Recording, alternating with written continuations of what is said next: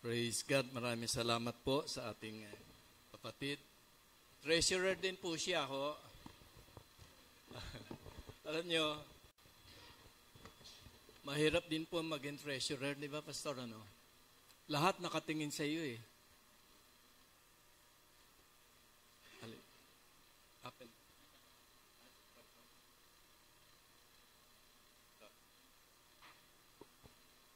Kaya every time po na kami magkikita-kita ni Pastor Ray, sa meeting namin po, bukas may meeting kami sa Christ Cares Family sa Esguerra.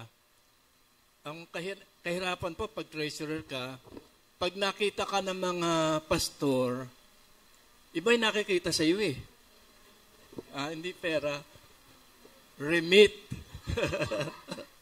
Ganyan po kami. Pag kayong nagmi-meeting, dumating na si Pastor Ray, tingin na kaming ganyan. Remit na po tayo.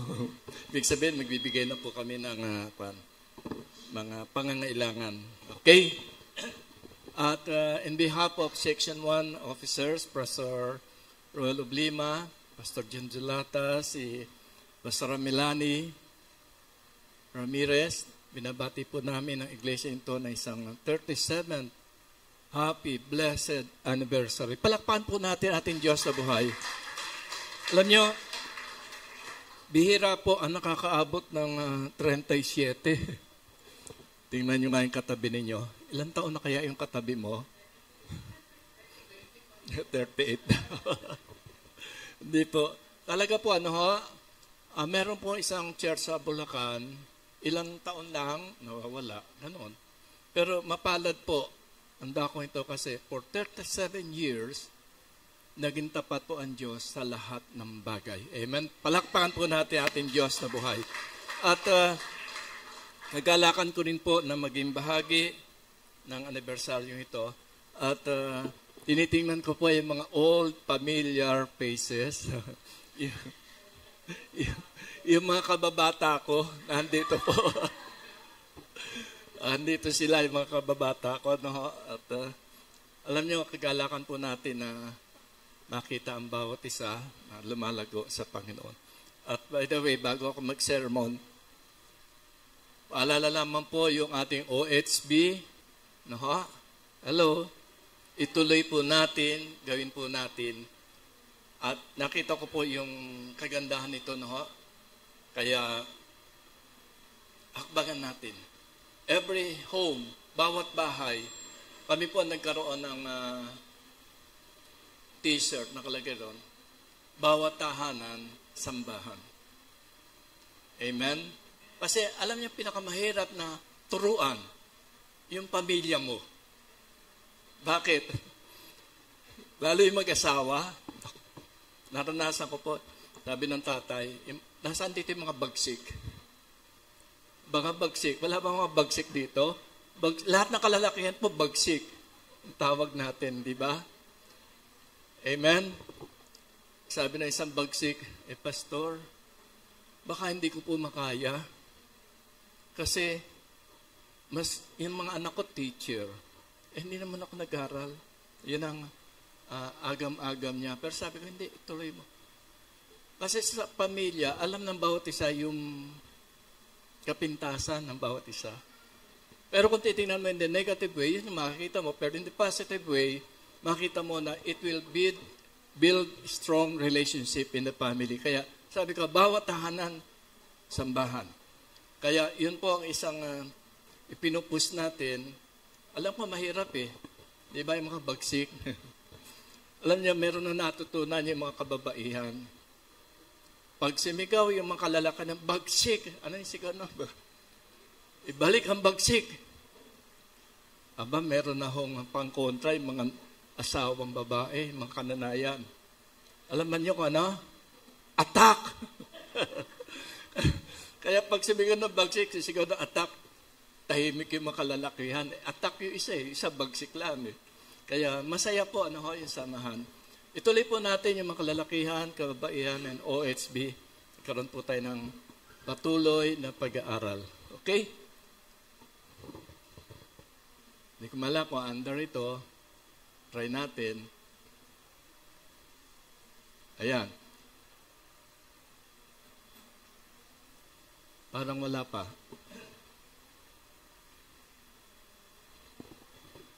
Alam niyo, medyo mahirap pa pag ang topic, pag-ibig eh. Di ba? Pero ang Panginoon, ayan, living and loving God's unconditional love. Kaya, sa mga ito po, ito yung ating pagbubulay-bulayan at makita natin yung kabutihan ng ating Panginoon. At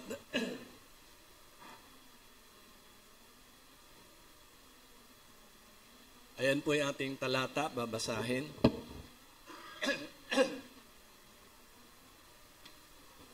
May mga Bible po ba tayo na electronic or even physical?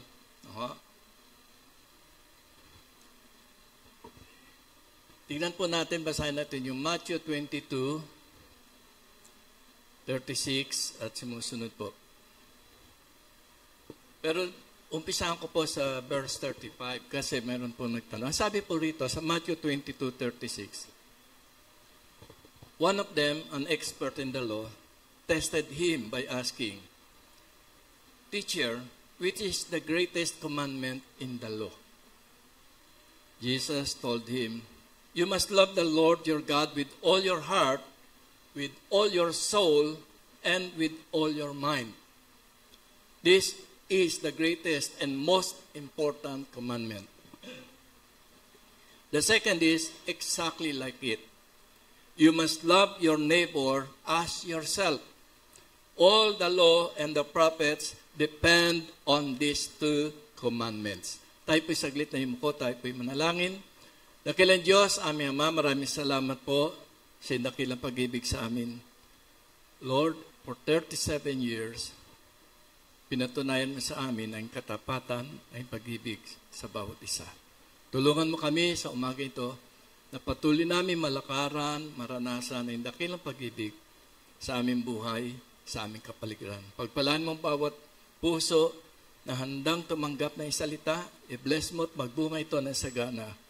At ikaw, Panginoon, ang maluwalhati sa aming kalagitnaan. Salamat po, Ama, sa pangalan ni Jesus. Amen and amen. Palakpakan po natin ating Diyos sa buhay.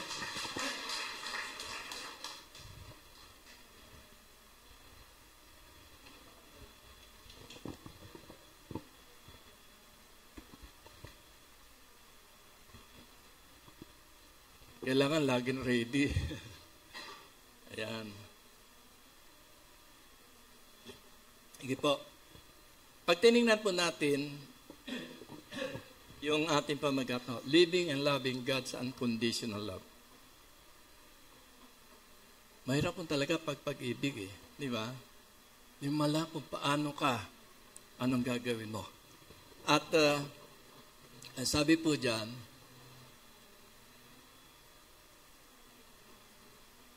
ayaw pa rin. Ayan. The very nature of God is love. Naniniwala po ba kayo doon? Kasi sabi na iba, God is love. No? Kundi, ang Diyos po talaga pag-ibig. At makita natin, He is love. Siya po ay pag-ibig. At makita po natin yan doon sa biyaya ng Diyos na binibigay sa bawat siya sa atin. Then, sabi rin, He is life. Siya ay buhay. Siya nagbibigay sa atin ng buhay at patuloy na kalakasan. At hindi lamang siya ang buhay, siya rin ay kabanalan. He is holiness. His life and holiness are based upon and are expression of His love. Kaya wala kang mahanap, wala kang na makita sa ating Diyos, sa Kanyang pagmamahal sa bawat siya sa atin. At hindi lamang yan, ang pag-ibig po ay nagbibigay. Amen. God is love, then love gives, so He gives His life. Yun po ang pinakamahalagang bagay rito, the basic na pinakikita sa atin ng Panginoon. Kaya, kabisado po ba natin yung John 3:16? Hello? Naalala ko ho doon sa pag-aaral, sa Bible quiz. Kaya kailangan talaga nag-aaral eh. Nagtanong ho yun doon sa, kasi yung pang kababaihan, kalalakihan, nagkaroon ng parang fellowship. nagtanong tungkol sa mga alagad ni Kristo. Aba, ang dami yung sagot. Alagad daw ni Kristo, yung disciple of Christ, si Paul. Disciple of Christ is Luke. Sabi ko, naku, mali yung mga sagot nitong mga ito. Sabi ko gano'n. Kaya mahalaga po na patuloy tayong magkaroon ng pag-aaral. Okay? So, tingnan natin, para maunawaan po natin kung ano yung sinasabing pag-ibig, we must define love. Love defined. Sa pakiwari ninyo, pag-unawan nyo, ano ba ang pag-ibig? Ano ba yung pagmamahal? Madali sa Tagalog, Ilocano, Bisaya. Sino rito Bisaya? Ano sa Bisaya? I love you. Hello? Wala? Kapampangan? Wala rin. Spanish. Alam ko, yo te amo. No? Pagka sinabing yo te amo, mahal kita. Pero, pansinin po natin, sa ating lengguwahe, Tagalog, isa lang kahulugan ng mahal, pag-ibig. Even in English, isa lamang. Pero, sa Greek word na pinagkuhanan po nito, meron siyang 4 na kahulugan. Kaya kapag binabasa nila yung Greek word, depende kung ano yung kahulugan ng salita. We have the same word, love, pero 4 na uri at meaning ang love. Kaya mas detalye po pag Greek word ang ginamit eh. Dati pag sinabi, mahal kita, hanggang doon lang, mahal kita. Di ba? Tingnan mo yung katabi mo. Huwag mo naman sabihin, mahal kita. Mamaya na. Ang una po rito, ay eros. Ayan. Pag sinabi natin eros, ito yung physical, pagnanasa, pag-ibig sa sexual love na sinasa, carnal, panlaman. Ito yung eros, pangkaraniwan po ito ginagamit. At ito po doon sa tungkol sa mag-asawa. Eros, love. No? Ibig sabihin, nagnanasa ka lang doon sa physical na katangian ng tao. Eros. Love din yon, pero sa Greek word, ito'y eros. Then pangalawa, philia, the love of close friendship such as brotherly love. Kaya, meron mga tao na kung magkaibigan lang, kala mo, dahil po yung magkapatid. Di ba? Meron nung ganyan. Yung magkapatid, kung minsan hindi nagkakasundo. Pero meron mga tao na kaibigan mo hanggang kamatayan. Brotherly love. Philia ang tawag po rito. At pangatlo, ito naman tungkol sa family relationship. Ayan. Storge. The love of family relationship. Ito nasa paloob sa pagmamahal ng magulang sa kanilang anak, yung anak sa kanyang kapatid, yung anak sa kanyang magulang. Kaya, ito po yung pangatlo. Then, the fourth one is agape. Ito yung pag-ibig ng Diyos sa iyo at sa akin. In spite of. Ito yung sinasabi nating hindi namimili. Pagmamahal kahit ano ka pa man. Kahit anong kalagayan mo, kahit anong nakaraan mo, pag-ibig ng Diyos. Agape kind of love. At ito hinahanap sa atin ng Panginoon. Agape or yung philia kind of love. Kaya dito po, pag binabanggit natin yung salitang love, we have to choose kung alin dito yung ina-apply natin. Kung ano yung nararamdaman natin. Kung ano yung nararanasan natin. Ano ho? Kaya mahalaga po maunawan natin ito. Then, yung philia sa kay agape, medyo magkahawig po ito. No? It is common to make the following distinction. Agape, sabi po dyan, active goodwill as that which is commanded. Ito yung inuutos sa atin ng Panginoon. No? Agape kind of love. Pag tinignan mo, anong uri ng pag-ibig ang hinahanap sa atin ng Panginoon? Ito yung pag-ibig na hindi nagtatangi. Kahit ano ka pa man, Kahit anong kalagayan mo, mamahalin ka ng iyong kapatid. Philia, ganon din po. Sabi po dyan, yung bang fondness, heartfelt affection, then hindi napipilitan lang. Amen? Iba kasi, pilit yung pag-ibig. No? Pakitang tao lang. Pero kapag sinabi natin agape and philia, makita po natin ito yung mahalaga at importanteng bahagi na sinasabi sa atin ng Panginoon. Then, agape can also be defined as brotherly love. Ayon kay Thayer, saka kay Strong Dictionary. Brotherly love. Kaya, kailangan po maranasan natin ang mga bahagi ito. No? Then, we have philia, again, at tingnan po natin kung ano ibig sabihin ng philia. Often commanded in the scriptures. Buksan po natin yung Romans 12:10.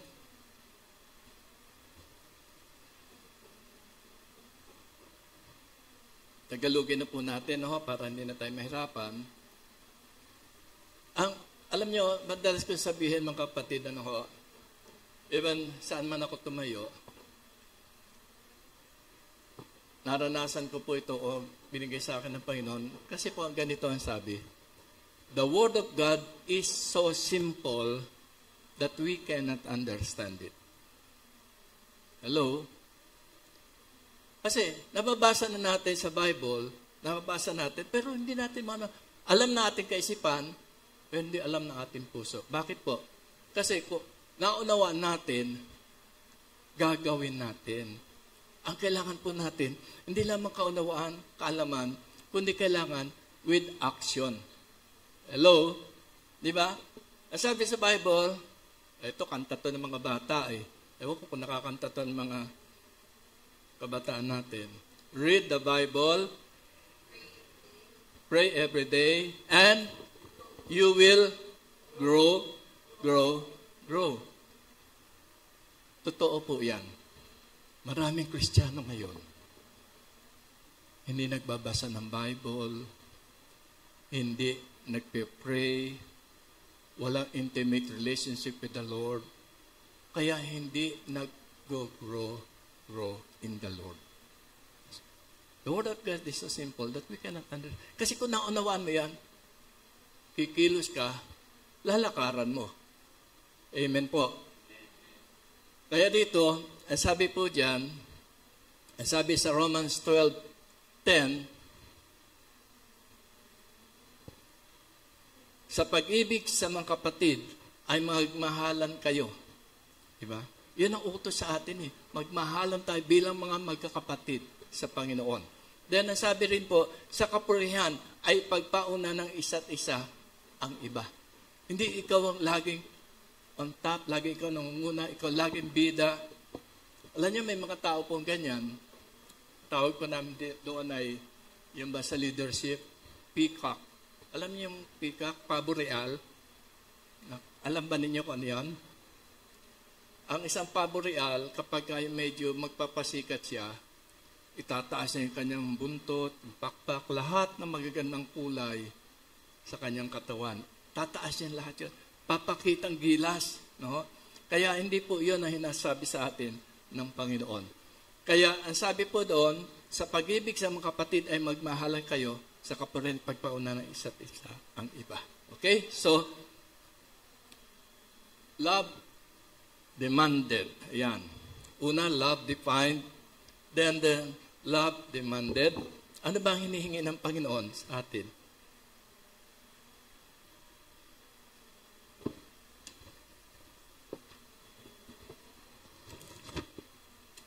Ano ba hinihingi ng Panginoon? Una, kagaya ng binasa natin kanina, to love God and Jesus. We are commanded to love God and Jesus. Pagka nakita po natin na tayo nutusan na ibigay ng Panginoon with an agape kind of love. No? Agape kind of love. Heart soul, mind, and strength. Yan po ang sabi sa Matthew 12:30.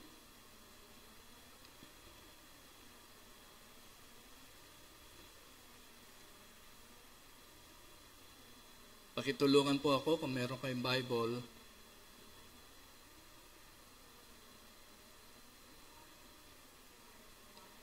Mark ba yun? Okay, sorry. Mark po. Malabo na ang mata ko eh. Medyo senior na ng konti. Medyo lang. By the way, marami nagtatanong sa akin ng edad ko. Sabi ko, secret. Kaya pag, alam niyo doon sa registration doon sa evangelism namin, sabi ko, bakit nilalagay niyo pa ng edad? Nakalagay doon kung ano edad mo eh. Then, ang sabi po diyan sa Matthew 12:30, sorry po, talagang makakalimutin na, no? Tinetesting ko lang kayo kung nakikinig kayo, no? Nagpapalusot. At ibigin mo ang Panginoon mong Diyos ng buong puso daw. Buong puso, at ng buong kaluluwa mo, at ng buong pag-iisip mo, at ng buong lakas mo. Kapatid, pag sinabi mong ibigin ng Diyos, ano pang magiging rason mo? Ano magiging dahilan mo para hindi siya mahalin? Marami tayong excuses eh. Lalo pagka dadalo sa gawain. Amen? Pag dadalo na sa gawain, nandiyan na sasakit yung katawan, merong gagawin sa bahay, may darating na bisita, lahat ng abala, darating, ahadlangan tayo para makadalo sa gawain. No? Meron nga po isa, dumating yung mga kaibigan. Aba, pinili yung kaibigan, naganda para sa araw ng linggo, no? Dapat dadalo, pero pinili yung kaibigan. Sabi ng isang pastor, dapat, nung dumating bisita mo, inaya mo sa church. Amen po. Palapakan natin ang Panginoon. Anong malay mo? Doon makakilala. At meron siyang layunin ng Diyos sa kanyang buhay. Kaya, sabi doon, buong puso, whole heart, no? Soul. Bakit soul? Kasi nandito yung ating emosyon, nandito yung ating kaisipan. Sabi sa Romans 12:1 and 2, no? Magkaroon tayo ng pag-iba ng pag-iisip. Renew your mind. Kailangan talagang mamahalin mo ang Panginoon sa iyong kaluluwa. Hindi lang sa puso, mahal kita, Panginoon. Pero hindi doon po natatapos.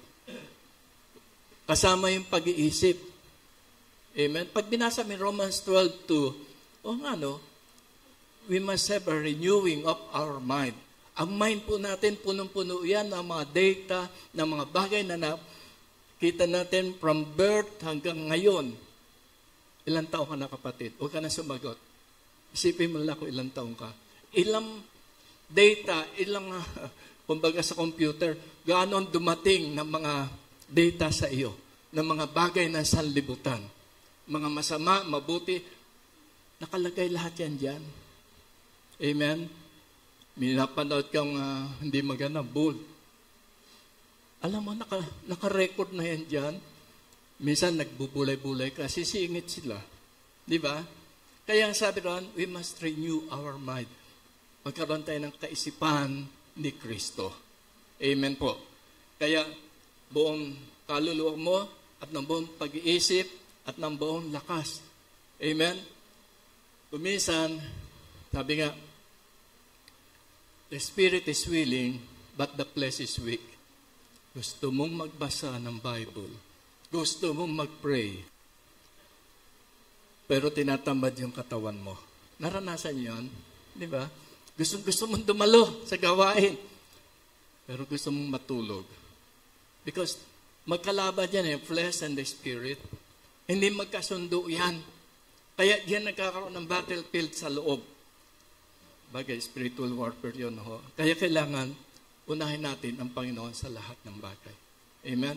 Kaya kung nais nating ibigin ng Panginoon ng buong puso, it is a sacrifice. Amen? Hindi pwede walang sakripisyo. Pag dumating ang pag-ibig sa Panginoon, you have to sacrifice your time, your talent, and your treasure. Di ba? Bibigyan mo ng time ang Panginoon. Okay? So, then, sabi rin dyan, we are commanded to love, Pelia, Jesus more than the family. Kung mahirap bata yun, ano? Ang sabi ng Panginoon, sino mang umibig sa akin, sa kanyang ama, sa kanyang ina na higit sa akin, ay hindi karapat-dapat sa aking kaharian. So we must love God above all else. Amen?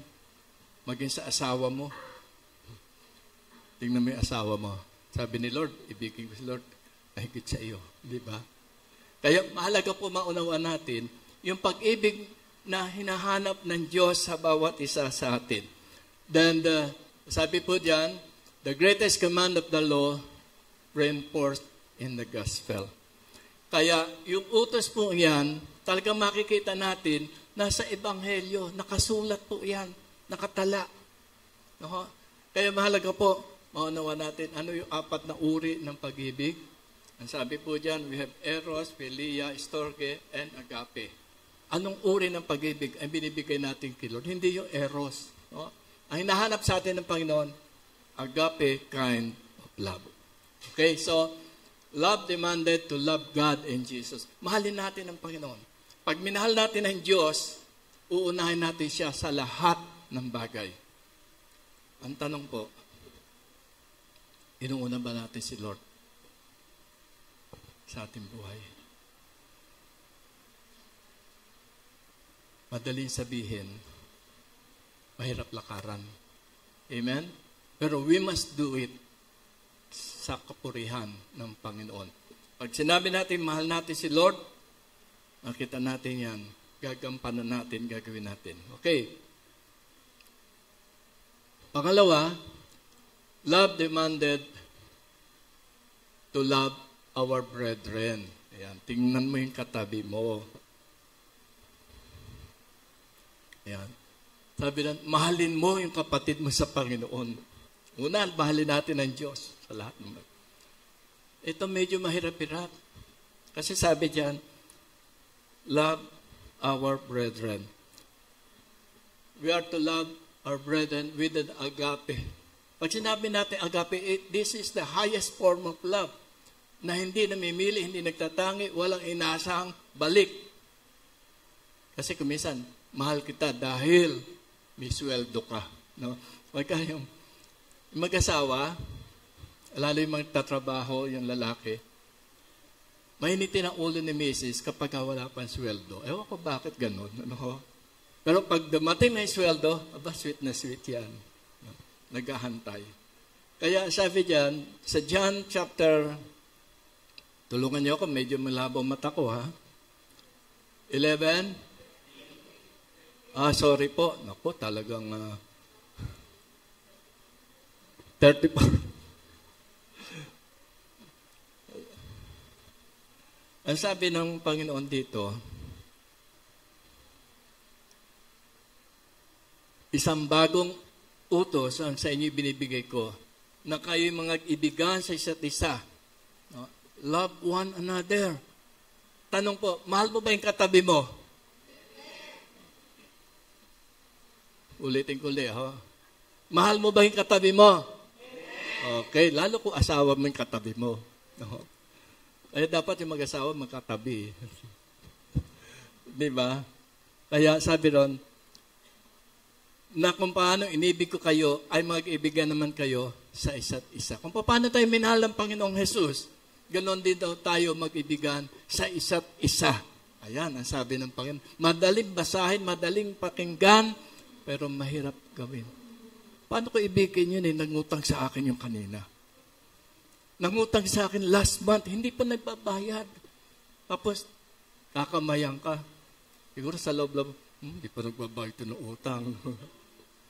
Hindi, talaga po. No? Merong mga bagay na nagagawang kamalian sa atin. Alam nyo, sabi nga ni John Beverly, offense is the bait of Satan. John Beverly. Alam nyo, kapag nagkaroon ng offense o nagkaroon ka ng something sa kapatid, na-open ka, natisod ka, sabi ni John Beverly, ito yung pain ni Satan para ikaw ay magkasala. Kasi, makikita mo yung kapatid na yan. Oh. Iba yung pananaw mo eh. Kasi meron ka ng kaisipan sa kanya. Pero ibang kapatid to, ang tuwa ka, kamay ka ng kamay, ganyan. Pero pagdating sa kanya, iba yung feelings mo eh. Nagbabago yung forma ng mukha mo. Kaya mahalaga po na ibigin natin ang ating kapwa. Paano tayo minahal ng ating Panginoong Jesucristo? Dahil sa verse 35, may karugtong po yan. So ganito yung mga kikilala ng lahat ng mga tao na kayo ay aking maalagad kung kayo'y may pag-ibig sa isa't isa. Yung pagiging alagad pala, hindi lamang yung nagtuturo ka, nagbibigay ka, nangunguna ka.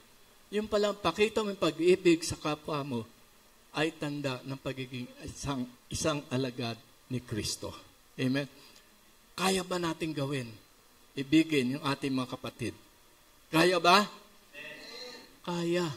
Ang lakas ng amen, sister. Kaya. Kasi lalo kapag ka nahandoon po yung mga bagay na nagbibigay siya ng katitisuran, lalo kang pinatitibay ni Lord. Amen? Kaya mahalaga po na mahalin natin ang bawat isa. Then, sabi rin po dyan, we are to love, we are to be kindly affectionate. Ang tawag po ron ay Philostargos. Greek word, love of family. Mahal ba natin yung pamilya natin? Alam niyo, inside sa family circle, diyan nagkakaroon ng samaan ng loob eh. Lagi. Kaya mahirap nga mag-OHP sa pamilya eh. Di ba? Pero pag na-overcome mo yan, you will become stronger. You will build a stronger relationship within the family. Kasi na-overcome yun eh. Nawala na yung pader. Di ba? Sabi nga ni John Bevere, nagkakaroon ka ng pader pag na-open ka eh. Para sa gate ng Jerusalem. Kapag meron silang hindi gustong papasukin, isara yung pinto. Pag nakita mo yung nakakainisan mo, nakakagalit mo, isara yung pinto ng puso. Lahat ng mabuting bagay hindi mo makikita sa kanya. Ang makikita mo, lahat ng kakulangan at kapintasan. Amen. Kaya mahalaga po na yung pag-ibig ng Diyos ay patuloy na maghari sa ating mga puso. Amen.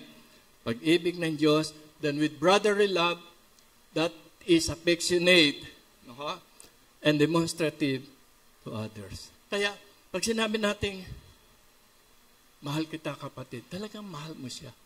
Walang pagtatangi, walang hinahantay na kapalit pag nagbigay ka sa iyong kapatid. Kasi mahal mo siya.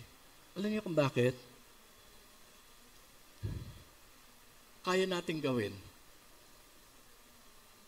Kasi, tinanggap natin ang Panginoon sa ating puso. Ang problema lang, yung soulish part natin, yung flesh, yun ang pumipigil, yun ang humahadlang para yung pag-ibig ng Diyos sa ating puso ay makakilos palabas. Lagi nag-iisip yan, laging gumagawa ng mga hadlang upang pag-ibig ng Diyos ay hindi natin maranasan. Kaya mahalaga po, una, love demanded to love God and Jesus. Yan ang number one. Mahalin natin ang Panginoon na higit sa lahat. Pangalawa po, to love our brethren. Mga kapatiran, tingnan mo nga muli yung katabi mo. Ang gaganda pala nila ngayong umaga. Ako. Lalo kapag nakangiti kayo. Ayan, ako nagngitian na. Alam nyo, dito sa pulpito, akala ninyo, gaganyan-ganyan si Pastor Reo, o yung mga pastor na tumatayo rito. Tinitingnan nun namin yung mga mata ninyo. Kung kayo nakapikit, baka nagbubulay-bulay. Pero kadalasan po, hindi ho nagbubulay-bulay eh. Alam niyo kung bakit? Pagka nagbubulay-bulay, medyo nakaganyan. Pero kapag ka nakaganoon na, iba na ho yan. Deep prayer na yun. Malalim na pananalangin na talagang nakatulog na.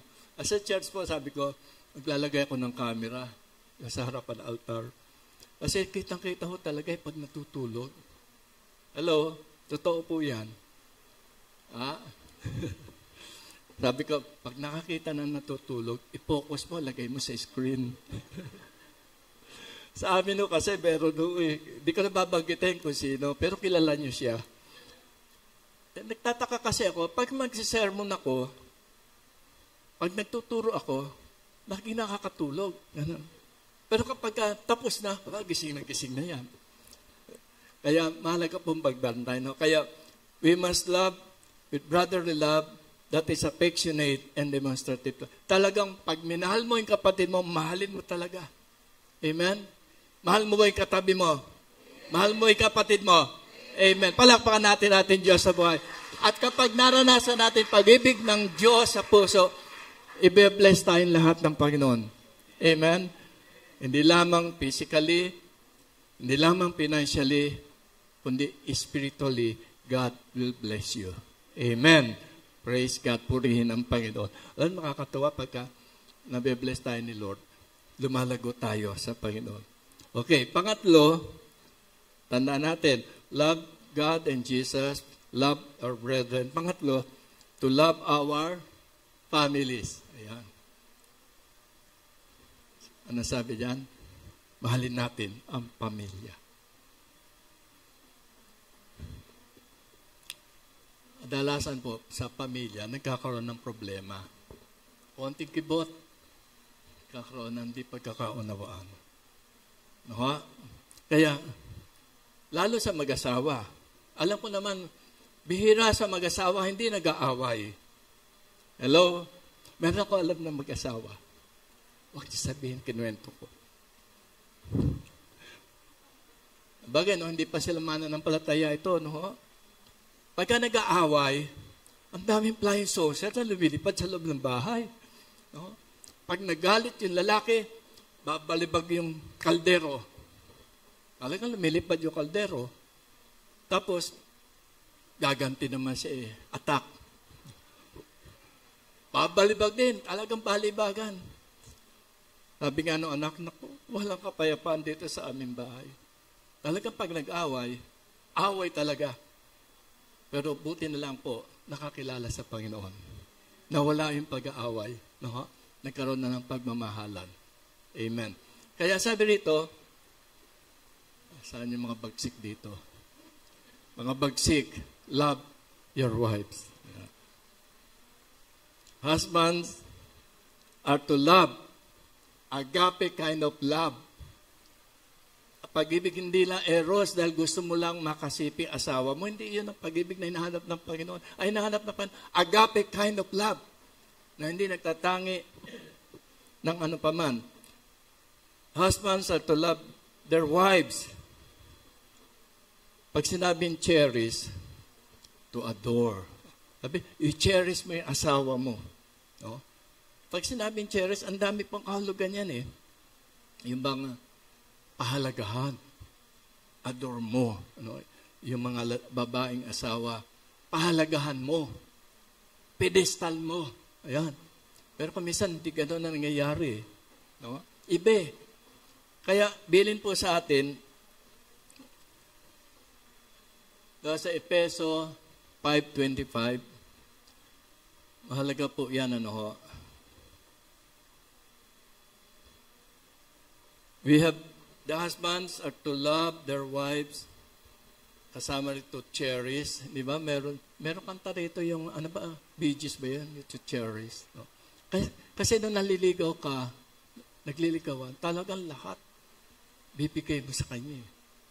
Pero nakuha na, wala na ibinibigay. No, nawawala na eh. Pero hindi po gano'n ang gusto ng Panginoon. Gusto ng Panginoon, yung pag-ibig niya ay patuloy dumaloy sa ating asawa. Okay? So, sabi sa Ephesians 5:25, mga bagsik, hindi yun na nakalagay ho.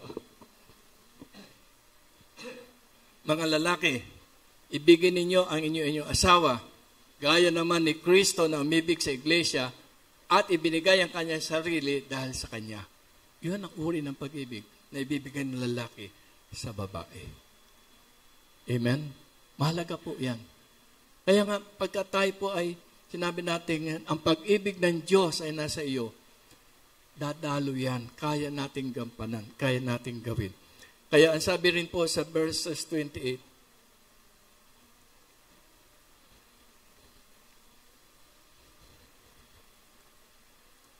Verse 28. Gayun din naman, nararapat ibigay ng mga lalaki kani-kanyang sariling asawa na gaya ng kanyang sariling mga katawan. Amen? Hello, mga lalaki, kamusta po kayo? Mga bagsik. Sabi rin, ibigay na. Ang umibig sa kanyang sariling asawa ay umibig sa kanyang sarili. Kung paano mahalin ang sarili, ganun mo rin ibigay ng asawa ng babae. Alam ko nagkakaroon ng problema, di pagkakaunawaan. May tatanong ako sa inyo, pero huwag niyo na sagutin. Kapag ba kayo ay nag-aaway na mag-asawa, nahalata ng mga inyong anak? Nalalaman ba, nabubulgar ba ng mga kapitbahay na mayroon nagbabalibagan daw sa loob ng bahay? Hindi ba? Pagka nandoon si Kristo sa inyo, pag nag-aaway kayo, mayroong Cold War, pero tahimik lang. Minsan nga, yung mga anak niyo, hindi nalala, nag-aaway kayo eh. Di ba? Di ba, Sister Olin? No? Oh, kita, tumatango siya. Totoo naman yun, di ba? Kasi nandoon yung pag-ibig ni Kristo. Pero kapag hindi po ganoon, at maingay kayo, matidinig ng kapitbahay, di ba? Malalaman ang inyong anak na kayo'y nag-aaway. Pero sa biyaya ng Panginoon, kayang-kaya na po yan. Verse 29, sapagkat walang sino man na napot kailanman sa kanyang sariling katawan, kundi kinakandili at minamahal, gaya naman ni Kristo sa kanyang iglesia. Yun ang kind of love na gusto ibahagi mo sa iyong asawa. Amen? Husband, love your wives. Mga lalaki, hamon po ito sa atin. Kahit gaano pong hirap, no? Kahit gaanong problema, we still have to love our wives. Mahalin natin sila. Kahit ano pa man ang nangyayari. Okay po? O yan. Tapos na yung mga lalaki. Babae naman. Attack. Bala uso yung attack na. Alam nyo doon din sa Sita, Katmon, alam na rin attack eh. Pag sumigaw yung mga lalaki ng, ano yan? Balik ang bagsik. Sisigaw yung mga kababayan. Attack! Maganda naman yung attack doon sa evangelism. No? Then, kasabi rin po rito sa family, no? Wives are to love, philandros, to love as a friend their husband. Yan. Yun namang mga babae, kailangan mahalin natin yung asawang lalaki. The same love na binigay sa inang Panginoon. Kahit marami siyang pagkukulang. Amen? Nandoon yung, alam nyo, mga babae, matiisin. Hello? Totoo ba yun? Amen daw. Mas mapagtiis yung mga lalaki, ay mga babae. Madali. Alam niyo yung mga lalaki, kaya maraming namamatay sa sakit sa puso. Survey, maraming lalaki asawa namamatay sakit sa puso. Tama yon. Iniipon sa loob. Ay, kim-kim na ganyan. Pag nagkakagalit, oo lang na oo, pero tinatago sa loob. Katakot-takot na naimbak daw sa loob. Pag dumating yung sandali na hindi na kayanan, parang bulkan yan eh, sasabog yan. At marami po ang namamatay. Sakit sa puso. Yun ang isang dahilan. Kaya mahalaga po na i-release natin lahat. Kaya wives are to love their husband with a philandrous kind of love. Okay. In the family also, husband and wife, then kasama rito yung ibang anak. Mothers are to love their children, fellow take roles to be fond of one's children. Yun po ang kadalasan sa family. Hindi po nabibigyan ng pansin yung problema ng mga bata. Lalo ngayon, ang dami po mga tawag natin na gadgets. Alam nyo, yung apo ko po, natutong, 4 years old, marunong ng maglaro. Ewan ko, alam ko, uso ngayon sa mga bata ito eh. Naglalaro ganyan. Tapos, nadinig ko, I have to download this app. Ba? Marunong mag-download pa. Alam niya kung ano yung pipindutin. Kaya nangyayari, pag kumakain o walang time for family bonding. Hawak ganyan yung cellphone. Panay laro. Yan po isang dahilan kung bakit nagkakaroon po ng hindi maayos na sitwasyon sa loob ng pamilya. Yung nanay, hawak din ng cellphone. Yung tatay, ganoon din. Panay cellphone ang hawak. No? Kaya mahalaga po na bigyan natin ng time yung mga bata maturuan, magkaroon ng fellowship. No? Isipin nyo, 4 years old, nag-umpisa siguro yung mga 3 years old. Marunong na mga laro-laro. Ako hindi ko kaya dadamita, basta gano'n sila. Nakatutok na ganyan. Kaya mahalaga po na bigyan natin ng time yung ating anak. No? Lalo yung apo. Yung apo ho, sino ba nagsabi sa akin? Yung naghatid sa akin kanina. Talagang iba talaga pag may apo ka na. Ewan ko, totoo ba yan? Mas makuwanda yung tingin doon sa apo kaysa sa mga anak. Ako gano'n, hanap ka agad doon sa apo. Oh, may pasalubong kasi, I have something for you, gano'n. May pasalubong doon sa apo eh. Pero yung mga anak, wala na. Kaya, makita po natin magkaroon ng family bonding tayo. Kaya nga, OSB sa loob ng pamilya. Amen? Umpisahan po natin. Amen? Maring mahirapan tayo, pero pag naunawa natin ka ng OSB, hindi yung ikaw yung pinakamagaling. Kundi part ka lang ng grupo. Kaya kung minsan iniisip na, kailangan pala, mahusay ako mag-lead. Hindi po. Facilitator ka lang. Kaya pwede po. Okay, so, mahal ba natin yung ating asawa? Tingnan mo nga. Andito ba yung asawa mo? Tingnan mo nga. Sabihin mo, mahal kita. Ayan. Ayun. Si Brother Ray, saka si Mona, nagtitinginan na. Oh. Di ba? Mahalin natin yung asawa. Isa't isa. At makita po natin yung sinasabi nating loving and living God's love. Okay. Susunod, ito medyo sensitibo, no?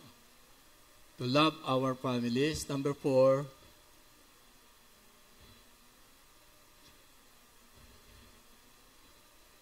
ayan. To love neighbors and medyo meron ba tayong kaaway? Hindi, sa totoo lang, honestly speaking, meron ba tayong nakakagalit? Meron. Meron tayong nakakainisan? Meron din. I have to share something again. Magkakonfess ako sa inyo. Mahilig kami mag-confess ni Pastor Ray. Doon sa church, sa Isguera, meron daw isa kasing lalaki sa tricycle. Every time na paparada, doon sa tapat mismo ng gate, gate namin maliit lang. Nakukuha niya yung sitwasyon. Dadaan ka, nakaparada yung tricycle niya doon sa harapan. Di na nagkaroon ako ng parang nainis ako. Nagbibuild up yan eh. Every time na makita mo, nandito na naman to, gano'n dito. Pero, alam niya sa sikreto, at tutunan ko kay Lord, 1 Thessalonians 5:18. Hanapin nyo na lang, hindi ko na share sa edit. Kasi sabi ron, in everything, give thanks unto the Lord. Sa lahat ng, nakita mo nagparada doon, anong gagawin mo? Kadaan ka, mga tao dadaan. Alam niya, tinuturuan tayo ni Lord eh. Na ang pag-ibig niya ay kumilos, dumaloy sa atin. Kaysa mainis ka, pag nainis ka, talo ka eh. Di ba? Para kang nagagalit ka doon sa isang tao, tapos bibigyan mo ng lason, ikaw umiinom. Talo ka doon. Nainis ka kasi. Makita mo. Alam niyo na mag-pray ako. Nawala yung dalahin kong ganyan. Ngayon, best friend na kami. No? Wala pa ka naman natin si Lord. Pumarada siya doon, hindi siya pumarada. Okay lang sa akin. Ngayon, inaaya ko na magkape doon sa church. Amen. Kaya kapag yun yung offense, yun ang pader eh. Nagkakaroon ka ng pader, yung inis. Kaya kayo mainis sa katabi nyo, sa inyong pamilya. Pag nainis ka, Magkalayo kayo. Lalakad kayong dalawang mag-asawa, may pader kayong ganyan sa gitna. Kahit saan kayo pumunta. Hindi nag-uusap. Walang komunikasyon. No? Kaya kailangan po, sabi diyan, love your neighbors. Ay, lalo yung kapitbahay. Maingay mapagtugtog ng karaoke ba yun? Kung kailan ka magpe-pray, kailan ka matutulog, babanatan ng malakas. No? No? Patutog. Naku daw sa liwayway. Ang dami po niyan. No? Pero still, sabi doon, love your neighbors and enemies. Okay? So,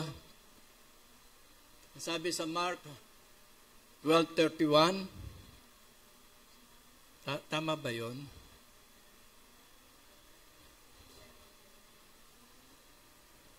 Ano sabi doon? Binasa na rin natin ito kanina. Ang pangalawa ito, ibigin mo yung kapwa. Kapwa mo ba yung kapitbahay mo? Kapwa mo ba yun? Sabi na, ibigin mo yung kapwa, kapitbahay. Na malakas patugtog ng karaoke. No? Madaling maglalagay ng mga gamit sa labas ng daanan mo. Lahat na ng kainisan mo, ilalagay dyan. The Lord is testing your faith. Pag tinanggap mo, Lord, salamat po. Babaguhin ni Lord yung sitwasyon. Unang babaguhin, alam mo, ikaw. Amen. Yung attitude mo, oh Lord, salamat po, naglagay na naman siya ng gamit doon sa harapan ng pintuan. Pero still, ikaw ang nakikinabang. Ikaw ang natuturuan. Iyon ang pag-ibig ng Diyos. Kasi pag mainis ka, talo ka eh. Every time makita mo, sisimangot ka na. Nakangiti ka, pero nakasimangot ang puso mo. Pwede ba yan? Pakita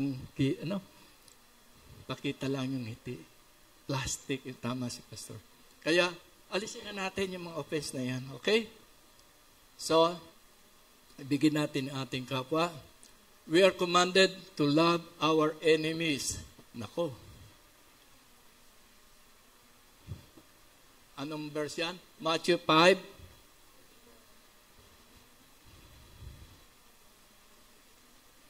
Nawala na ako.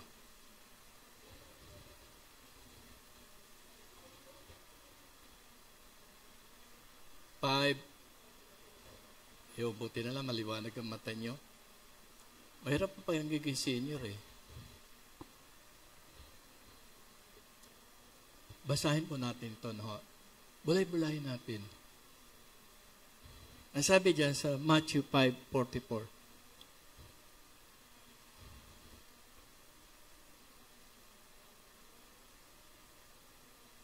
Ang kasabihan po doon, panahon na yon, ito yung bahagi na nagsasalita ang Panginoong Hesus eh.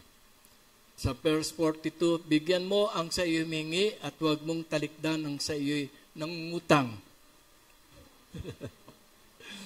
Bangkit na naman ang utang. Alam nyo, nagiging problema sa loob ng church eh. Kasi, meron ng utang. Nung hindi makabayad, alam nyo ang ginawa? Hindi na dumadalo sa church. Siya pa na nagpunta. Kasi pag every time na pupunta, nandoon yung pinutangan. Hindi mapakali. Kaya, sabi doon, ibigay na yung kaaway. Ayun. Bigyan ng sa'yo humingi at huwag mong talikdan ng sa'yo nangungutang. Pwede naman natin sila bigyan. Alam nyo, ang attitude mo, pag nagbigay ka, as is na yon. Ganun. Pero kapag naghantay ka lagi ng return, mahirap. Narinig niya sinasabi, bigyan mo yung kapwa at kapotan mo ang iyong kaaway. Ito yung kasabihan nila noon. Pero sinabi ng Panginoon, verse 44, datapwat, ito utos ng Panginoon, no? Sinasabi ko sa inyo, ibigin ninyo ang inyong mga kaaway at idalangin ninyo ang sa inyo'y nagsisiusik upang kayo maging mga anak ng inyong Ama na nasa langit sapagkat pinasisikat niya ang kanyang araw sa masama at mabubuti at nagpapaulan sa mga ganap at sa mga hindi ganap. Ayun, medyo mahirap po buhay Kristiyano. Naalala ko na una ako mananampalataya, may kanta nun, ang buhay ng Kristiyano ay masayang tunay. Naku, tatalo pa papalakpak. Masayang tunay, palakpak pa. Pero later on, alam nyo, nagkaroon ng problema. Bagsak po ako noon. luhod ako sa Panginoon. Lord, ano ba ito nangyayari? Doon natutunan ko, ang buhay ng Kristiyan talagang masaya kung kasama natin ang Panginoon. Hindi kanya pababayaan at iiwanan. Amen. Palakpan natin ating Diyos sa buhay. Masaya kung maunawaan mo pag-ibig ng Diyos. Okay? Kaya, mahalaga po na ibigin natin ang ating mga kaaway. No? Then, with active goodwill that allows no distinction between friends and foe. Mahirap batang gawin, pero pwedeng gawin. Huwag na tayo, yun sinasabi ni John Bevere, offense is the bait of Satan. Talagang papainan ka. Pag na-offend ka, natisod ka, yun ang nagtatayo ka ng pader kasi, unti-unti. Unti-unti lang yan. Hanggang sa lumaki yung pader na yan, at magkakaroon ka na ng pagkahiwalay. So, we have to love our neighbors and our enemies. Okay? Ngayon, paano naman natin palalaguin yung pag-ibig na ito na ibinigay sa atin ng Panginoon? Nakita natin, we have to love our husband, our wives, love the family, love our neighbors, yung mga sinasabi sa atin. Then, mahalin natin yung ating mga kapatid. Then, thirdly, how love is developed. As the people of God, we are certainly a loving people. Bilang mga anak ng Diyos, nasa atin yung kakayanan na magmahal sa ating kapwa. Nasa iyo, nasa akin. Kasi si Kristo na tinanggap natin, merong kakayanan na magbigay ng pag-ibig sa atin. Ang problema, isip natin, yung puso natin. We must surrender it into the Lord. Pagpapasako pa din sa Panginoon. Then, but where love is weak, how can it be made strong? Paano palalakasin yung pag-ibig? Kaya umpisan natin, hindi ko naitanong kay Pastor Ray kung ilang oras ako rito eh. Isang oras. Sabi ni Pastor Ray, simple lang sagot niya, ganun. Okay. So, paano natin may de-develop ang pag-ibig sa isa't isa? Okay. Love, develop. Letter D. Ito ay tinuturo sa atin ng Panginoon. Sabi diyan, concerning brother love, Philadelphia, to love one another, agape, tinuturuan tayo ni Lord na magmahal at umibig. Sabi sa 1 Thessalonians 4:9,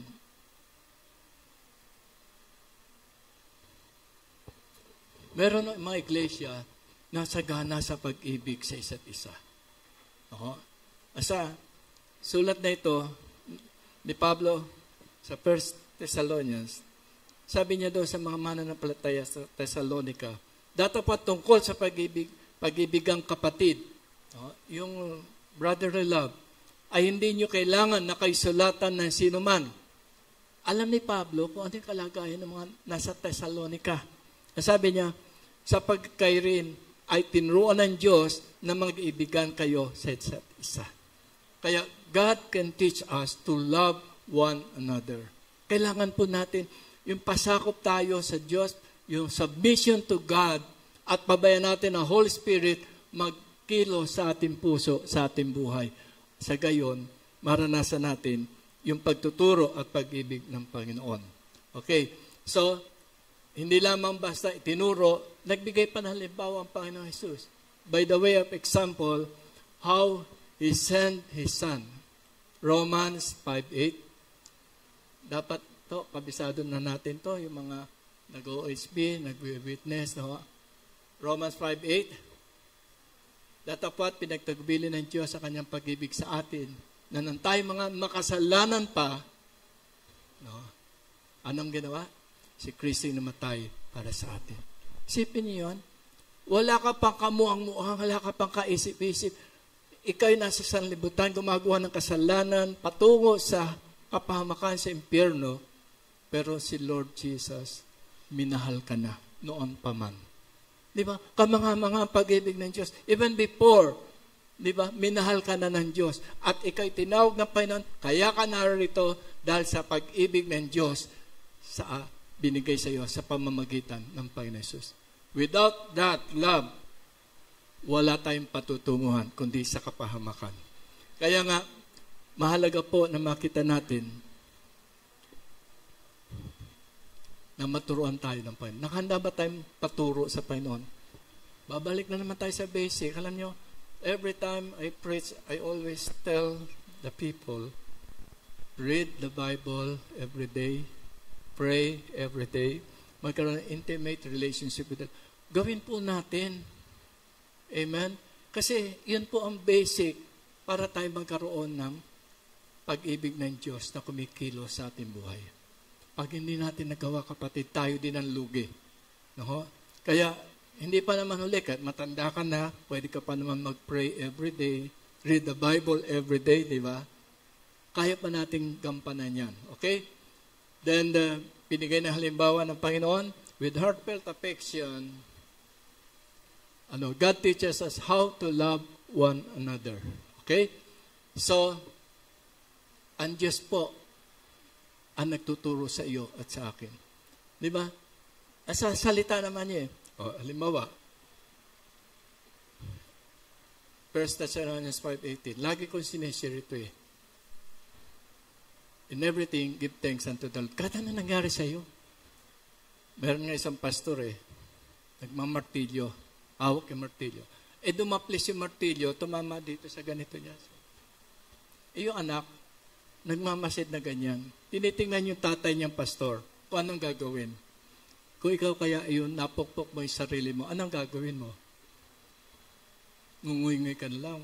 Minsan, napapamura ka pa Meron mga kapatid na pag natalisod, iba yung salita lumalabas sa bibig. No? Pero yung pastor na ito, nagpasalamat sa Panginoon. Alam niyo kung bakit?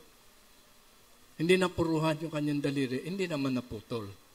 Kaya in everything, give thanks unto the Lord. Meron pa isa akong halimbawa, papasalamat sa Panginoon. Si Merlin Carothers, ito yung una kong aklat na nabasa, Reason to Praise.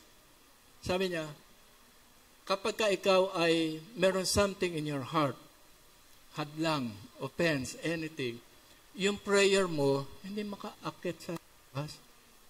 Tatabunan. Halimbawa, meron kang hinanakit.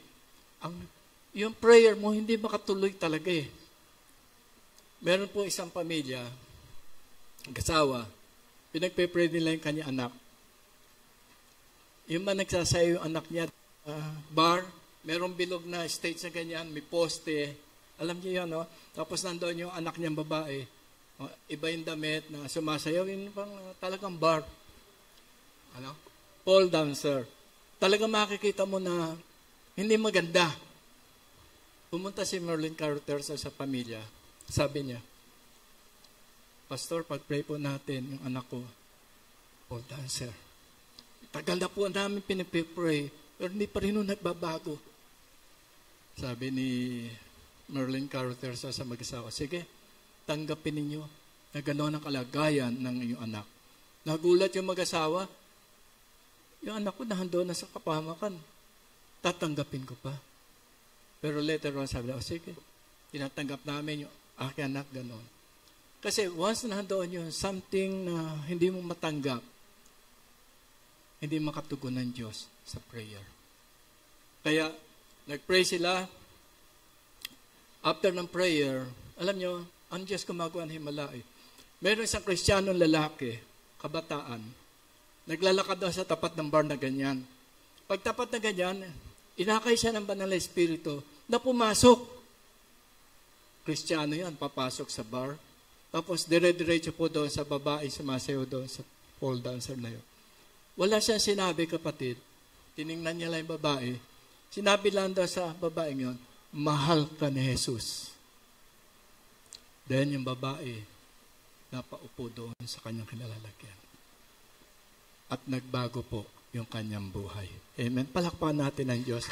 Arami po. Kasi hadlangan ka ng mga kaisipan mo. Even in your prayers, lahat. Pero kapag tinanggap mo, kikilos po ang Diyos sa buhay mo. Okay? So, ibigin natin ating kapwa. Okay? Then, tinuturo dito ng Panginoon Jesus. Ang sabi po rito, ito yung isa sa medyo mahirap-hirap po 1 John 3:16.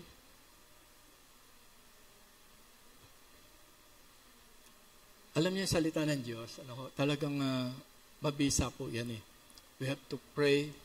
Dito inakilala natin ang pag-ibig sapagkat kanyang binigay ang kanyang buhay dahil sa atin at nararapat natin ibigay ang ating mga buhay dahil sa mga kapatid. Ang bigat ng hinihingi. Amen? Makakayanan ba natin gawin ito? Di ba? Kaya natin. Kung nasa atin si Kristo, kaya natin itong gampanan. Amen? Sabi po doon sa 1 John 3:16, then how He loved, yung pag-ibig na Philia at Agape, His disciples. Alam nyo, si Lazarus, si Martha, no? Mahal na mahal niya yung pamilya ito. Talagang ganoon magmahal ang Panginoon. Pinakita niya, pinuntahan niya si Lazarus, sabi ni Martha. Kaya kung minsan, yung mga babaeng masisipag magluto, madaling magsalita yun. Sabi ko sa Panginoon, kasi kung ikaw nagpunta rito ng mas baga, sana hindi namatay si Lazarus. Di ba? Ganoon kung minsan naninisip eh. Pero hindi ito pinansin ng Panginoon. At anong ginawa ng Panginoon Jesus? Binuhay si Lazarus. Dahil mahal niya yung kanyang maalagad. Okay? Kaya, tinuturuan tayo ng Panginoon kung paano magmahal. Binigyan tayo ng halimbawa. Lakaran natin kung ano yung binibigyan halimbawa sa atin ng Panginoong Jesus. Then, halimbawa din ni Pedro.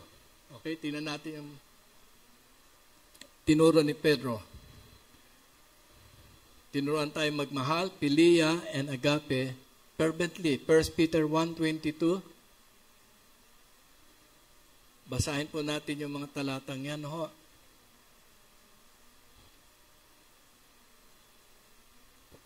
Mahalaga po, we have to read the Bible. Read the Bible. Read the Bible every day. Ang sabi po dyan, yaman nilinis niyo mga kaluluwa sa inyong mga pagtalima sa katotohanan, sa pag-ibig na hindi pakunwari sa mga kapatid, ay mag-ibig kayo ng buong mingas ng inyong puso sa isa't isa. Lagi hiningi sa atin, buong mingas na pagmamahal. Pakita natin, gawin natin, yung pag-ibig na ito ng ating Panginoon. Okay, so, tinuruan tayo, 1 Peter, sabi po dyan, tinuruan tayo ng agape, kind of love, then, ganoon din po, ang sabi dyan, who practice brother love, Peter teaches us how to love in word and in example. Kaya madaling magsalita, mahal kita, di ba? O kapatid, mahal kita. Pero ang sabi po ng Panginoon, na pag sinabi mahal kita, nagugutom yung kapatid mo. Alam mo nagugutom. Sige, mahal kita, pag-pray kita, pinaalis mo na. Ang kailangan, bigyan mo ng pagkain to show your love doon sa kapatid mo nangangailangan. Hindi sapat yung prayer. Sige, pag-pray kita, Lord, bigyan po ng pagkain ang kapatid dito. Pero meron ka naman kakayanang magbigay. No? Kaya yung pag-ibig, pinakikita yan, nararanasan. Amen. Okay. Ngayon, para tayo magkaroon ng heartfelt affection, yung puso mo, ihanda ng Panginoon, ay magkaroon ka ng pag-ibig na gagaling sa Panginoon Diyos. 2 Peter 1:7.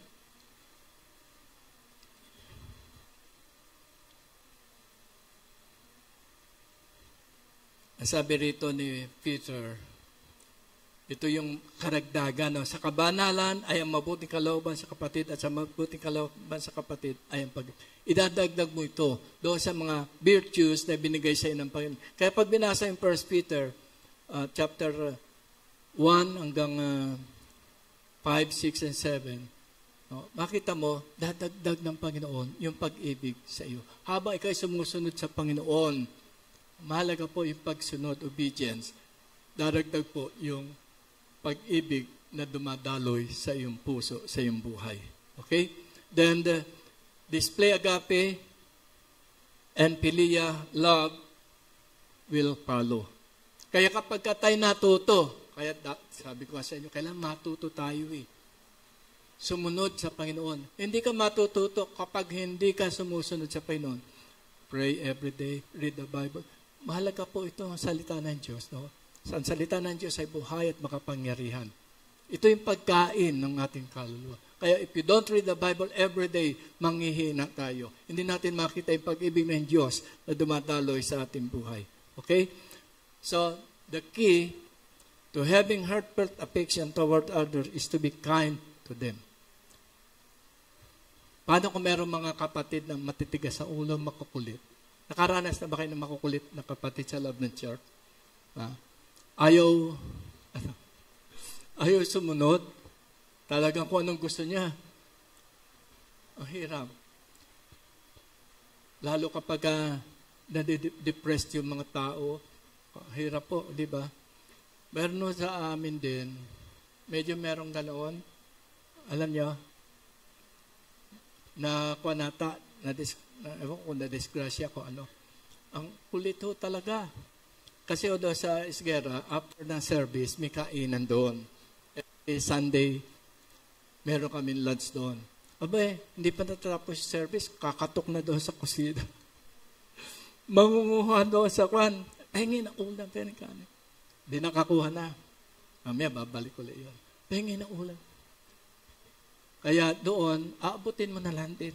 Kasi meron gano'n eh. Baka mamaya, ikaw magkaroon ng gano'n. Public kayo. Mahirap pa tayo kalagayan yun. So, yung pag-ibig sa isa't isa, maranasan natin. Okay?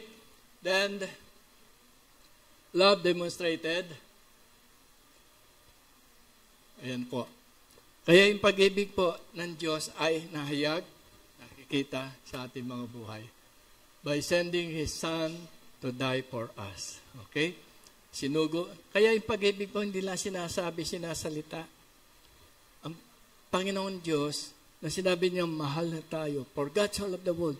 Meron siyang ginawa. Amen? Kaya pag sinasabi natin, mahal natin ating kapwa, mahal natin ang ating asawa, mahal natin yung ating anak, we have to do something to show our love to them. Hindi ba sasabihin, mahal kita, tapos na. Hindi po. Pinahayag po yan, pinararanas sa kanila. Okay? Then, yung kamatayan ng Panginoon Jesus,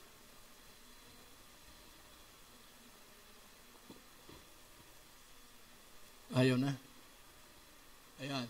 Jesus' love was demonstrated by dying for us. Diba? Yung kamatayan ng Panginoon Jesus, pinakita niya yung pag-ibig sa iyo at sa akin. Kaya dito po makita natin yung demonstration, true love is sacrificial. Nakahanda ka ba, kapatid? Na magbigay ng pag-ibig sa iyong kapwa, sa iyong asawa, sa iyong anak, sa kapatiran. It is sacrificial. Maranasan mo yan kapag, lalo yung mga pastors, hindi po pwede, meron humingi ng prayer. Saka na lang. Hindi po eh. Pag humingi ng prayer, kahit na may dinaramdam ka sa katawan mo, gagawin mo pa din. True love is sacrificial. You have to give everything to them. Okay? So, makita po natin, sa lahat-lahat na ito, sabi na, living and loving God is conditional love. Explained by John, pinakita sa kanyang mga gawa, demonstrated by obeying the commandments of God. Alam niyo, madaling magsabi eh. Pero yung lalakaran mo na yung pag-ibig ng Diyos, andyan ang mahirap. Mahirap pong paglakad. True love is demonstrative. Kaya pag sinabi mo sa asawa, mahal kita, patunayan mo. Di ba? Yung pagmamahal, hindi lamang yung eros, hindi lang pileo, kundi agape kind of love. Kahit ano ang kapintasan niya, ano ang kakulangan niya, mahalin mo siya kung paano ka inibig ng Diyos. Nade-develop po yan. Huwag mong tingnan yung kalagayan ng asawa mo. Makita mo yung Kristo na nasa Kanya. At yung Kristo nasa iyo, kayang magmahal kahit ano pa man siya. Once you have the Lord Jesus Christ in your heart, you can do it. Sabihin na isipan, hindi mo magagawa yan. Pero sinasabi siya na Espiritu na pala, magagawa mo lahat ng bagay dahil kay Kristo nagbibigay kalakasan. Amen? Palakpakan natin ating Diyos sa buhay. Kaya, mahalaga po na makita natin yung tunay na pag-ibig. At people, alam na natin ito. Yung sinabi ni Pastor Ray kanina. Love suffers long, love is kind. Ayan, sa 1 Corinthians 13:13. No? Basahin po natin yan. Bahalaga po yan. Diyan ko po kinuha yung pangalan ng mga anak ko. True love is everlasting, kind, patient, humble, polite, and assumes. Kaya ang pangalan ng anak ko po, si Faith, si Love, and susunod sana ng Hope. Lalaki sana. Naging babae. Pinalitan ko ng Joy. Kaya, sabi ko, Lord, tinatanggap ko po na wala ako anak na lalaki. Pero kung nagkaanak ako na lalaki, pangalan niya si Hope. No? Kaya, at least, nakatatlo naman doon sa 1 Corinthians. Okay? So, makita natin, ano ba yung tunay na pag-ibig? Ayan na. Alam niyo, pag-conclusion, nagigising na yung marami. Di ba? Pastor Ray, no? Pag nakita na yung mga mata nakapikit na ganyan, bibidilat na yan. Matatapos na si Pastor. Pero alam niya magandang mag-aral na salita ng Diyos. Amen? So, what is love? Bulay-bulay natin kung anong pag-ibig. Hindi basta sinasabi, ito'y ginagawa, at yung pag-ibig na ito hindi galing sa iyo, kasi hindi mo kaya. Galing ito sa Kristo na tinanggap mo. Then, it is a heartfelt affection toward God and man. It is active goodwill toward everyone. Talagang lahat mamahalin mo. Di ba? Kaya yung mga pastor, lahat mahal yan eh. Okay. Then, where we lack heartfelt affection and active goodwill, kulang tayo, kailangan natin, kilalanin natin yung ating pagkukulang. Lord, kulang po ako. Tulungan mo ako sa aking kakulangan. At makita po natin, we are willing to change. No? We are willing to learn how to love. Kailangan makita sa ating willingness to make changes in our lives. Kung wala pong willingness, you will not grow in love sa Panginoon. Okay? So, when we need to learn to love others with a heartful, look to the Father, to Jesus, to the apostles, and to other Christians. Tumingin tayo kay Kristo. Look unto Jesus, the author and finisher of our faith. Amen? Then take the initiative to practice active goodwill and heartfelt affection will develop. Kaya pag pinapractice mo na yung pagmamahal at pag-ibig sa kapwa, madedevelop na yan. Nagkakaroon ka ng kasanayan, skills to love because of Jesus na sa iyo. Dumadaloy na yung pag-ibig ng Diyos sa iyo eh. Kaya mo nang mahalin kahit sino. Nade-develop po yan. So, kailangan po natin talaga yung pagkilos, pagsusuko ng buhay sa Panginoon para maranasan natin yung pag-ibig ng Diyos. Then, we have been born again, purified, to have unfeigned affectional love for one another. Do we love one another? Mahal ba natin ang isa't isa? Di ba? Sa bakas po, sabi po dyan, and now, these three remain, faith, hope, and love. But the greatest of these is love. Pinakadakila, you have faith, maganda yan. Meron kang hope, maganda yan. Pero talo po silang lahat. The greatest of these three is love. Tayo po lahat ay tumayo, tayo manalangin.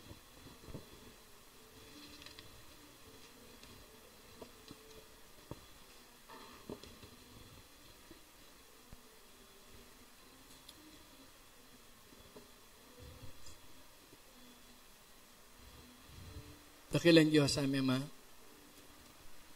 Maraming salamat sa iyong salita. Makita po namin, living and loving God's unconditional love. Kung titingnan namin na mahirapan kaming gampanan gawin ito, wala kaming kakayanan, wala kami, Lord. Sinasabi po namin sa iyo. Nagtitiwala kami sa iyo, Panginoon, tulungan mo kami, maisuko namin aming buhay, aming sarili, aming puso at kaisipan sa iyong kalooban. Without submission to you, Lord, hindi po dadaloy ang pag-ibig mo sa aming puso at hindi ito dadaloy sa aming kapwa. Tulungan mo kami, Panginoon, na aming mga sarili ay mamatay at ikaw ang mabuhay sa aming puso. Pagpalaan mo, Panginoon, ang bawat puso sa umaga ito, nakinig at ang binhi na salita ito ay matanim sa mabuting lupa at ito'y magbunga ng sagana sa takdang panahon. Pagpalaan mo, Panginoon, ang pag-ibig ng Diyos na natanim sa aming puso sa umaga ito ay hindi lamang tumubo ng maliit, kundi ito'y magbunga ng sagana. Lord, ang salita mo'y buhay, salita mo'y makapangyarihan. At sa bawat isa nagnanasa na lumago sa Panginoon at magamit ng Panginoon, pababayaan mong pag-ibig ng Diyos ay lumago sa iyong puso, sa iyong buhay. Ama, maraming salamat po sa iyong kabutihan. We praise you, we glorify your holy name. Pinupuri ka namin, O Lord. Sa umaga ito, maranasan namin ang dakilang pag-ibig. Pag-ibig sa iyo, una-una, Lord, na higit sa lahat. We must love God above all. Tulungan mo kami, ibigin ka na higit sa lahat, Panginoon. Ibigin namin aming kapwa, aming kapatiran, na higit sa aming sarili. Gayun din ang aming pamilya, dakilang Diyos. Lord, nangangailangan sila ng pagkalinga. Minsan nakakalimutan namin aming pamilya. Subalit ngayon, Lord, bibigyan mo kami ng panahon, ng oras, na maibahagi ang dakilang pag-ibig na nanggagaling sa iyo. Even aming kapitbahay, Lord, ibigin namin sila, Lord. Paging aming kaaway, Panginoon, Lord, hindi ka po nagtatangi ng tao. Yes, Father God, we praise you, we glorify your holy name. Tulungan mo kami, Panginoon, sa umaga ito. Basbasan mo kami upang dakilang pag-ibig ay dumaloy sa aming puso, sa aming buhay. Sa pangalan ni Jesus, tinatanggap po namin masagana, O Diyos, ay pag-ibig na ito sa aming puso. Salamat, Panginoon, sa pangalan ni Jesus. Amen. Amen. Palakpakan po natin ang Panginoon. God bless.